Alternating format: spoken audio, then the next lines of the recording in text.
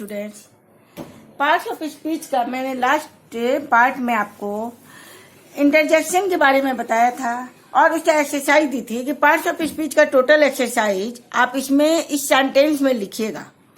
तो देखिए, पहला क्वेश्चन क्या था, Raj is a very good boy.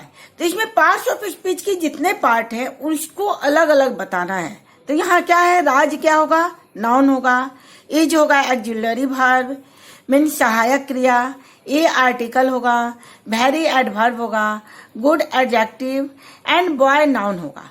उसी तरह बी नंबर में देखिए, he is singing and dancing. तो ही आपका क्या है, प्रोनाउन है, इज ऑक्सिलरी वर्ब है, सिंगिंग वर्ब है एंड ये कंजक्शन होगा क्योंकि सिंगिंग एंड डांसिंग को इन दोनों को ये ज्वाइन कर रहा है और डांसिंग आपका वर्ब होगा। C number, that is for my father.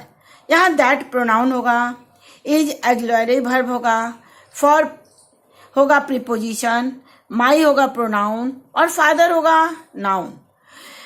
यहाँ पे देखिए फोर्थ नंबर में है शी सिंग्स ब्यूटीफुल्ली। तो शी आपका क्या है, तो आपका शी प्रोनाउन होगा, सिंग्स वर्ब होगा और ब्यूटीफुल्ली एडवर्ब होगा। Mohan and Sohan are going to school.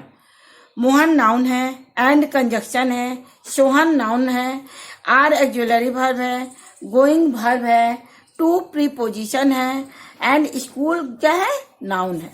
O I have broken my leg. O क्या होगा, इंटरजेक्शन होगा क्योंकि यहाँ एक्सक्लामेटरी सेंटेंस में कई चिन्ह है। आई प्रोनाउन है, हैव ऑक्सिलरी वर्ब है, ब्रोकन वर्ब है, माई क्या है, प्रोनाउन है और लेग क्या है, तो नाउन है। She was happy, pronoun, auxiliary verb and adjective है। एच नंबर में the mango is very sweet. The article है, मैंगो नाउन है, इज ऑक्सिलरी वर्ब है, वेरी एडवर्ब है एंड स्वीट क्या है, तो आपका स्वीट होगा, आपका एडजेक्टिव होगा। She was dancing and singing.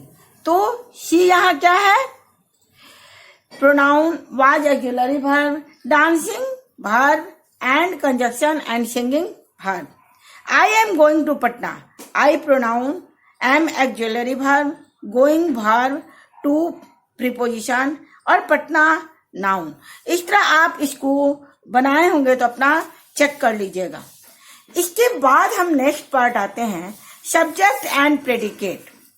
तो सब्जेक्ट एंड प्रेडिकेट क्या होता है, तो कोई भी सेंटेंस का दो पार्ट होता है, सेंटेंस दो पार्ट में कंप्लीट होता है। एक जो वर्क करता है और एक होता है कि क्या करता है वो वर्क। तो देखिए, every complete sentence contains two parts.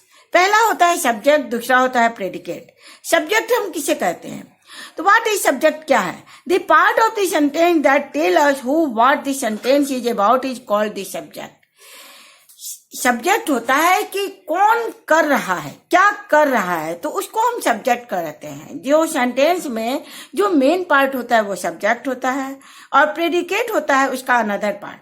तो the part of the sentence that tell us something about the subject is called the predicate.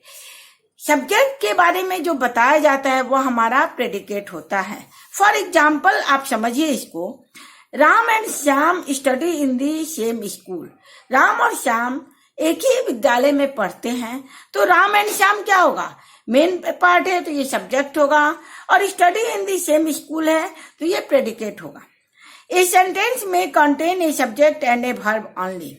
Sentence में क्या होता है, सब्जेक्ट भी होता है और वर्ब भी। कभी कभी केवल सेंटेंस में आपका सब्जेक्ट और वर्ब होगा, then the verb would be the predicate. तो वहां पे आपका वर्ब ही प्रेडिकेट का वर्क करता है। A subject can be made of more than one word.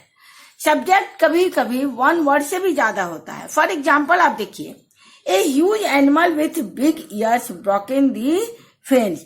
तो यहाँ आपका सब्जेक्ट क्या होगा, तो ये huge animal with big ears, ये दोनों आपका सब्जेक्ट है और ब्रोक दी फेंस प्रेडिकेट है। फॉर एग्जाम्पल आप देखिए, the girl wore a red scarf. The Ganga is a holy river. तो यहाँ अंडरलाइन जो किया गया है रेड कलर से वो आपका सब्जेक्ट है, जो ब्लैक कलर से अंडरलाइन है वो आपका वर्ब है और नेक्स्ट पार्ट आपका प्रेडिकेट है। इसको समझने के लिए हम देखते हैं Underline words in this sentence are subject and next part of sentence is predicate in an assertive sentence. ये सेंटेंस सिंपल सेंटेंस है, इसलिए इसको हम असर्टिव सेंटेंस कहते हैं. इसका डिटेल मैं आपको सेंटेंस के वीडियो में आपको पूरा बताऊंगी कि कौन सा सेंटेंस किस टाइप का होता है. तो देखिए, जब सिंपल सेंटेंस होगा तो वह असर्टिव सेंटेंस होता है. तो इसमें आपका क्या हुआ, सेंटेंस सब्जेक्ट क्या हुआ, गर्ल हो गया, और प्रेडिकेट वोर ए रेड स्कार्फ, क्योंकि प्रेडिकेट में आपका वर्ब इंक्लूड होता है. इसके बाद आप देखिए दूसरे सेंटेंस में, is Sohan sleeping, have you inform your parents. तो यहाँ देखिए ये क्या है, क्वेश्चन मार्क है, यहाँ ये क्वेश्चन मार्क में है. तो क्वेश्चन मार्क वाले सेंटेंस को हम इंट्रोगेटिव सेंटेंस कहते हैं. The highlighted words in this sentence are subject. यहाँ पे जो हाईलाइटेड वर्ड है, सोहान, यू, ये सब आपके सब्जेक्ट हैं. The underline words are helping word, और आगे में जो अंडरलाइन वर्ड किया गया वह हेल्पिंग वर्ब है. And the italicised words are main verb in an interrogative sentence, और नेक्स्ट जो है ये सब इंट्रोगेटिव सेंटेंस में आ रहे हैं. तो ये आपके प्रेडिकेट हो जाएंगे. तीसरे सेंटेंस में आप देखिए होता है क्या, close the door, sit down, order दिया जा रहा है. ऑर्डर वाले सेंटेंस को हम कहते हैं इम्पेरेटिव सेंटेंस. इसमें आपको कोई भी सब्जेक्ट नहीं दिख रहा है. तो जब अगर कोई आपको सब्जेक्ट नहीं दिखे तो वहां पे सब्जेक्ट आप अपनी मर्जी से यू लगाइएगा. जब इस तरह का सेंटेंस हो ऑर्डर देने वाला, तो वहां आपका सब्जेक्ट क्या होगा, तो यू होगा. इन this sentence the subject is use. यहाँ पे इन दोनों सेंटेंसों में आपका सब्जेक्ट यू होगा, क्योंकि किसको ऑर्डर दिया जा रहा है, क्लोज द डोर, दरवाजा बंद करो. तो किसको बोला जा रहा है, कोई सामने वाले को बोला जा रहा होगा. सिट डाउन, तो कोई तो सब्जेक्ट होगा ना जिसको हम बोल रहे होंगे कि सिट डाउन. तो जब यहाँ पे साइलेंट है आपका सब्जेक्ट, तो यहाँ यू आप लगा दीजिएगा. इट इज अंडरस्टूड, वो कर लेगा. इन this sentence the subject is you. It is understood rather than expressed in an imperative sentence. The subject is always you. तो जब आपका imperative sentence होगा तो उसमें हमेशा subject you ही आपका रहेगा. फोर्थ सेंटेंस है आपका exclamatory sentence. How beautiful the sky looks. What a terrible lie he told.